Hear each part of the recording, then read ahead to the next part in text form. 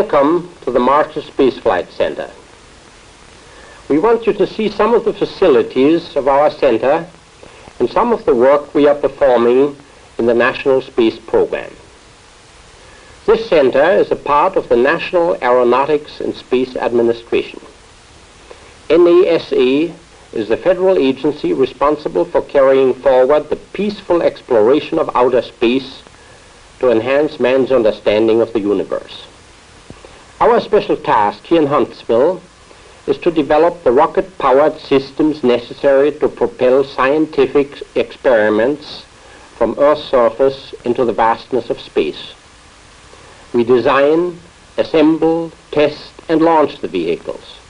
You might say we are the long-distance movers. The National Aeronautics and Space Administration, with headquarters in Washington, D.C., was established by an act of Congress on September 30th, 1958, as an independent agency reporting directly to the President. The NASA mission is the development of the National Civilian Space Program. To accomplish this challenging task, many research centers and spaceflight centers throughout the country comprise this civilian organization. One of these, the George C. Marshall Space Flight Center, located at Huntsville, Alabama, is responsible for providing the rockets for NASA programs. The Marshall Center also supervises research and development in such fields as space guidance systems and advanced propulsion systems. The Marshall Center covers 1,500 acres of Alabama land. Here are organizational divisions that specialize in all aspects of space transportation systems. Dr. Wernher von Braun directs the Marshall Center team of more than 5,500 scientists, engineers, technicians, and support personnel who have already written part of U.S. space history. A self-contained organization operates the center. Dr. von Braun as a Deputy Director for Research and Development and a Deputy Director for Administration. There's a Public Information Office and a Reliability Office. The Legal Office and the Industrial Relations Office to conduct staff operations. There's a Financial Management Office. And a Management Services Office. A Procurement and Contracts Office. A Technical Services Office. An Operations Analysis Office. And also an NASA Resident Auditor's Office. These staff elements carry out the principal support functions for the entire center. Project offices include a Saturn Systems Office, the Agena and Centaur Systems Office, the Weapons Systems Office, and the Future Projects Office. Also, there's a Technical Program Coordination Office. Then, there are 9 major operational divisions that carry on the creative scientific and engineering work. The Aeroballistics Division investigates the flight characteristics and trajectories of space vehicles. It operates a wind tunnel that tests new rocket and space vehicle configurations. Elsewhere in aeroballistics, physicists, mathematicians, and other scientists develop optimum designs for spacecraft and flight plans for space missions.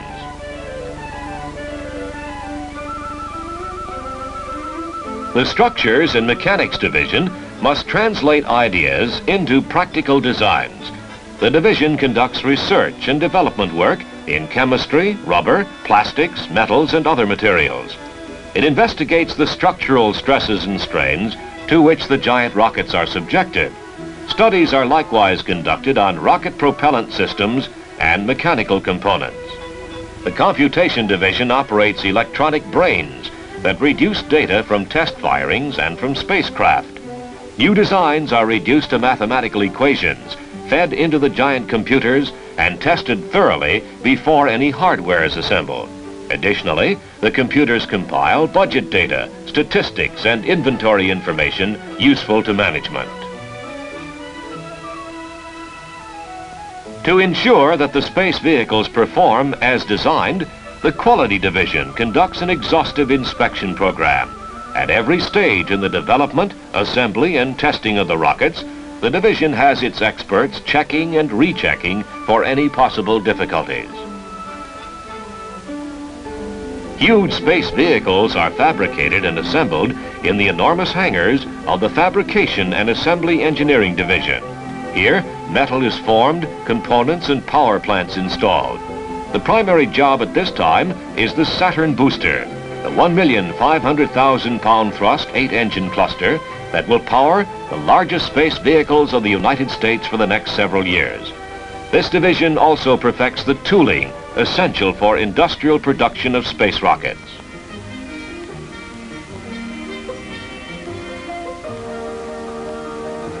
The Guidance and Control Division must develop the guidance and control systems that steer the huge rockets on their flight paths and keep spacecraft on course for flights into Earth orbit or to the near planets. Tracking, measuring, and telemetry instruments and electrical networks for space vehicles are developed here. The Test Division operates the 178-foot static test tower, where the big rockets are secured and fired to check all their operating systems. From a single test firing of the Saturn booster, the division obtains more than 900 channels of data. In this new dynamic test tower, the Saturn will be assembled and subjected to various mechanical, structural, and operational tests. Test Division also operates a power plant test stand, a cold calibration stand, and a component test building to perform experimental and developmental tests on vehicle components and ground equipment, such as turbines, pumps, gas generators, exhaust nozzles, and many smaller components. To the Research Projects Division is assigned responsibility for keeping the entire center abreast of latest scientific and technological developments. This group also supervises research to advance the state of the art. Among the current programs of the division is the investigating of nuclear, ionic, and photonic propulsion schemes that would be employed in deep spacecraft. The Launch Operations Directorate is responsible for NASA launching operations at Cape Canaveral, Florida, and at the Pacific Missile Range in California. At Cape Canaveral, space vehicles undergo final checkouts before they are mounted on launching pads, fueled, and launched into outer space.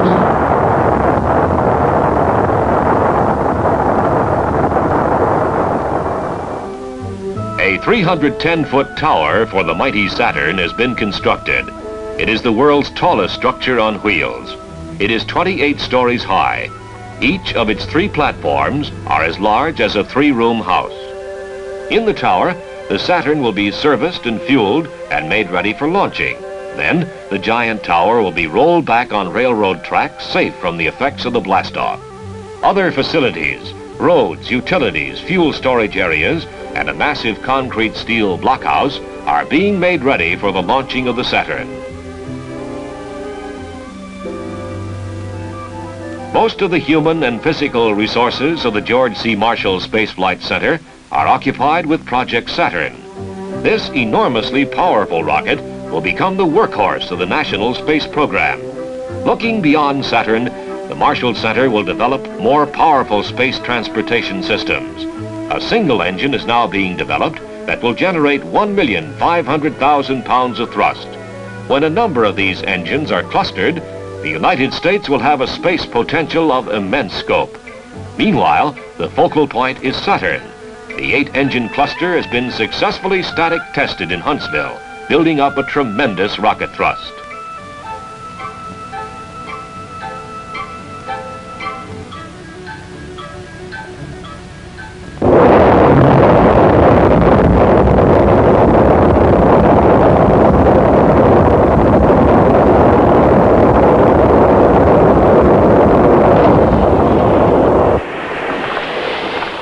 The Saturn booster will be carried from Huntsville to Cape Canaveral, Florida, in a specially designed barge which has been named Polemon after the ancient Greek sea god, protector of ships.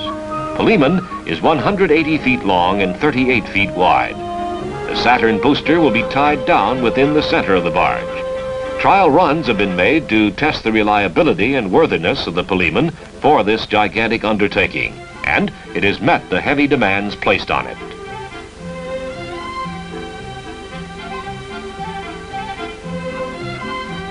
Saturn will begin its long journey in Huntsville, Alabama, but its final destination will be somewhere in outer space. Earth satellites measured in tons, soft landings on the moon, circumnavigation of the moon by manned spacecraft. These are the missions which this giant may undertake in the next few years. This is the George C. Marshall Space Flight Center, a unique assemblage of the most experienced rocket designers and the finest equipment that can be provided. Out of this center will come the vehicles that will continue to carry the United States into outer space.